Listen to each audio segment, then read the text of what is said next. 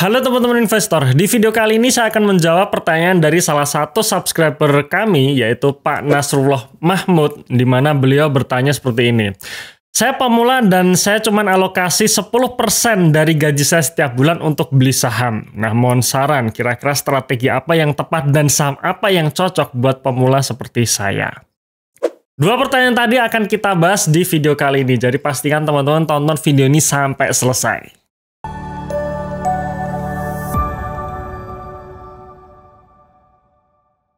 Oke, sebelum saya menjawab pertanyaan dari Pak Nasrul, saya sampaikan lagi ya bahwa tanggal 7 Juli besok di Jakarta kami akan mengadakan event The Investor Meetup. Di mana di sana nanti saya akan share bagaimana saya, seorang yang sibuk, nggak punya waktu untuk memantau perkembangan market setiap hari, tetap bisa berinvestasi di saham yang portofolionya tumbuh. Di mana 4 tahun terakhir saya bisa konsisten untuk mengalahkan market. Termasuk di sana nanti saya akan bongkar isi dari portofolio saya, saham-saham apa saja yang saya miliki, dan kenapa saya yakin saham-saham yang saya miliki tersebut berpotensi menjadi saham pemenang. Jadi pastikan teman-teman jangan sampai kelewat di momen tanggal 7 Juli besok. Kebetulan peserta terbatas, jadi silahkan untuk mengamankan tiket Anda dan daftar sekarang juga melalui link di bawah ini. Oke, sebenarnya sebelum kita nabung saham, ada banyak yang harus kita pertimbangkan ya. Misalkan apakah kita ini seorang yang masih single, di mana kita tidak punya banyak tanggungan, atau kita sudah menikah ya. Kita menikah pun mungkin kita sudah punya anak, dan anak kecil yang belum sekolah dengan anak yang sudah memasuki sekolah pasti kebutuhannya berbeda. Nah, sebenarnya hal tersebut yang juga penting untuk diperhatikan ya sebelum kita mulai nabung saham. Tapi karena tadi Pak Nasrul bertanya sudah mulai menabung saham, maka kita tidak bicara mengenai money management dalam investasi, tidak ya, tapi kita langsung bicara mengenai strategi bagaimana kita nabung saham setiap bulan.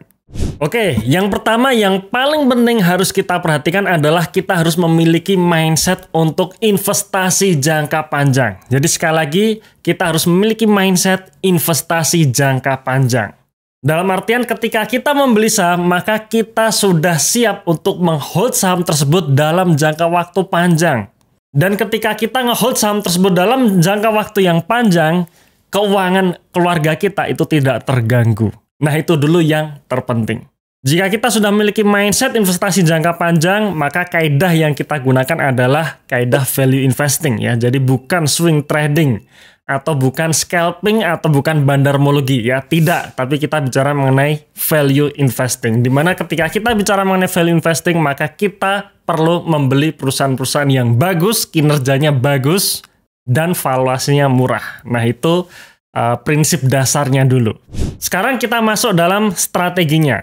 Bagaimana kita memiliki strategi untuk nabung setiap bulan ya. Dimana saya yakin Pak Nasrul ini juga seorang yang sibuk pastinya ya. Beliau kemungkinan besar tidak akan punya banyak waktu untuk memantau chart setiap hari karena beliau juga seorang pekerja ya, sama seperti saya. Maka strategi yang saya gunakan dalam menyusun portfolio adalah diversifikasi. Apa saja diversifikasi yang saya lakukan? Pertama adalah saya akan memiliki saham dengan 3 sektor yang berbeda. Jadi bukan hanya terkonsentrasi pada satu sektor saja, tapi saya memiliki paling tidak 3 sektor yang berbeda. Kenapa saya harus memiliki 3 sektor yang berbeda? Karena saya tidak tahu sektor mana yang akan manggung duluan. Jadi antara satu sektor dengan sektor yang lain biasanya akan saling menutupi ya, atau saling memberikan keuntungan.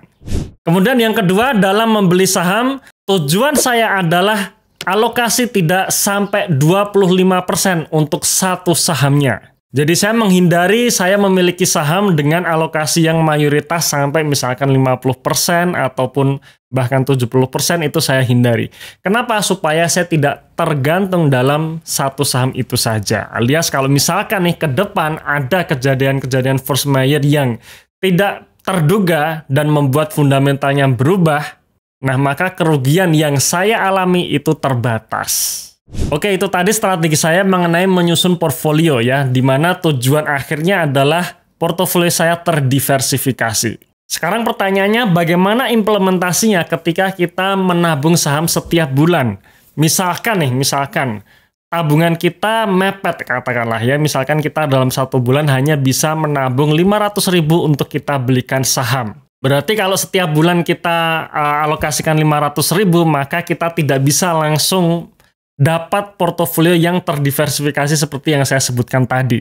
Alias diversifikasi portofolio saya yang saya sampaikan tadi bisa terjadi dalam beberapa waktu mendatang, alias tidak langsung terjadi atau tidak langsung terbentuk sekarang. Nah, caranya gimana? Caranya seperti ini ya. Di bulan pertama, misalkan saya masukkan 500.000 ke dalam RDN saya. Yang saya lakukan adalah saya membelikan 500.000 semua di satu saham saja. Misalkan saham A. Ya, jadi 500.000 tersebut semua saya belikan saham A. Jadi tidak langsung saya diversifikasi, misalkan saya beli saham A, B, C, senilai masing-masing 100.000, itu tidak ya. Alias 500.000 tadi saya belikan satu saham. Dengan catatan ya, setiap bulan saya akan selalu top up dana 500.000 ke RDN saya.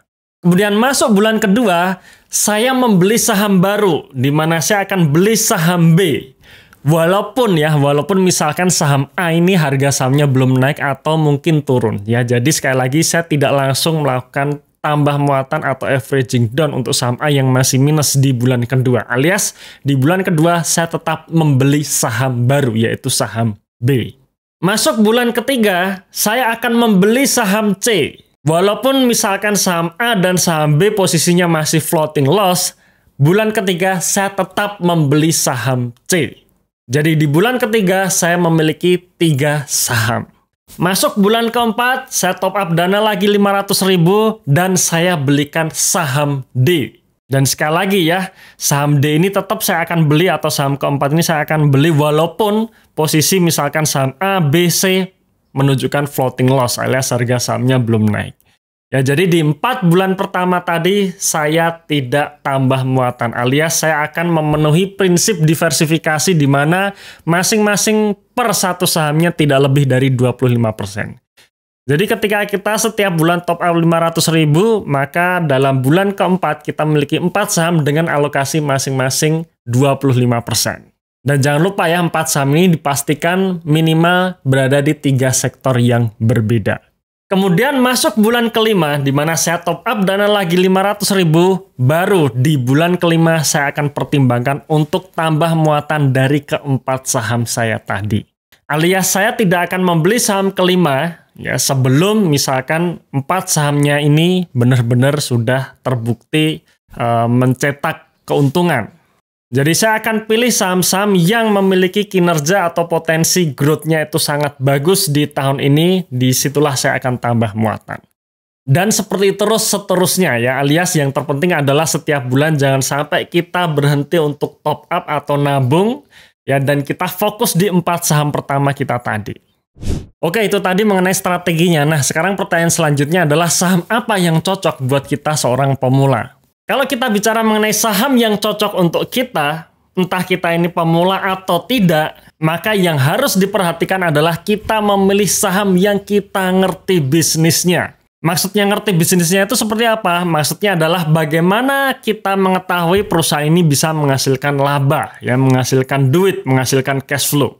Misalkan kita bicara mengenai saham bank, maka ya sudah tentu ya kita mengerti bahwa bank ini mendapatkan cash flow atau mendapatkan uang itu dari kredit yang diberikan kepada nasabah. Atau misalkan kita bicara mengenai perusahaan-perusahaan consumer goods, maka kita harus tahu bahwa perusahaan tersebut menghasilkan uang dari jualan produk. Nah, itu harus kita mengerti ya, kita mengerti bisnisnya apa, jualannya apa, plus kita harus mengerti kondisi laporan keuangan perusahaan. Jadi tetap kita perlu belajar, tetap kita perlu membaca laporan keuangannya. Jadi tidak asal beli saham. Ya, walaupun banyak orang mengatakan untuk pemula lebih baik kita pilih saham blue chip, kita pilih saham perbankan seperti BCA atau BRI. Menurut saya itu tidak tepat. Kalau misalkan kita memang mau membeli saham bank, ya kita harus ngerti bisnis bank. Kita harus ngerti berapa simpanan, berapa pinjaman. Jadi tidak asal beli saham. Karena saham yang bagus secara fundamental saat ini belum tentu ke depan fundamentalnya akan terus bagus. Ada kalanya di masa depan nanti akan terjadi perubahan fundamental, itu bisa ya, atau kemungkinan terjadi. Maka walaupun kita sebagai seorang pemula, tetap kita harus belajar membaca laporan keuangan dan kita pelajari bisnisnya. Oke, itu tadi yang pertama ya, tentang memilih saham dan itu yang terpenting. Kemudian yang kedua, pastikan kita juga memilih saham yang kinerjanya tumbuh, alias labanya naik. Saya selalu punya keyakinan seperti ini, bahwa dalam jangka panjang harga saham itu akan kembali ke fundamental atau kinerja aslinya. Artinya, dalam jangka panjang harga saham itu akan mengikuti bagaimana perusahaan menghasilkan laba. Jadi kalau setiap tahun growth atau laba perusahaan itu tumbuh, maka ada potensi harga sahamnya itu juga akan naik. Jadi kita harus cek nih labanya naik atau tidak. Atau misalkan labanya belum naik, ada potensi naik atau enggak. Dan berapa potensi kenaikannya? Apakah naiknya hanya sekedar 5% atau naiknya 100% labanya? Kalau kita bisa menemukan saham-saham yang punya potensi growth sangat bagus, misalkan ada potensi kenaikan laba 50% sampai 100% dalam 1 tahun, maka itu bisnis yang menarik pastinya. Oke, itu tadi yang kedua ya, mengenai kita pilih saham yang labanya naik. Kemudian yang ketiga, yang ini juga tidak kalah pentingnya adalah kita pastikan membeli saham di valuasi yang murah. Jadi kita sudah mengerti bisnisnya, kita milih perusahaan yang kinerjanya berpotensi naik. Yang ketiga, jangan lupa untuk membeli di harga yang murah, paling tidak di harga yang wajar. Kenapa harus harga yang murah atau wajar? Karena jika kita memilih saham ya, atau kita membeli saham yang harganya sudah kemahalan, maka potensi yield di masa depan itu juga tidak akan maksimal. Berbeda kalau kita beli saham yang murah, karena kita selalu berprinsip ya bahwa dalam jangka panjang harga saham akan mengikuti kinerjanya, maka dengan kita membeli saham di valuasi yang murah, ke depan yield yang akan kita terima bisa sangat bagus. Dan hal-hal itu yang sudah saya lakukan, terbukti bahwa dalam 4 tahun terakhir kinerja portofolio saya selalu bisa mengalahkan market. Kenapa? Karena saya pilih saham-saham yang punya growth bagus di valuasi yang murah. Oke, itu tips dari saya, semoga bermanfaat dan jangan lupa tanggal 7 Juli besok di Jakarta saya akan membongkar lagi portofolio saya dan strategi saya, termasuk saham-saham apa saja yang saya miliki dan kenapa saya bisa yakin bahwa saham-saham yang saya miliki punya potensi untuk naik 100%.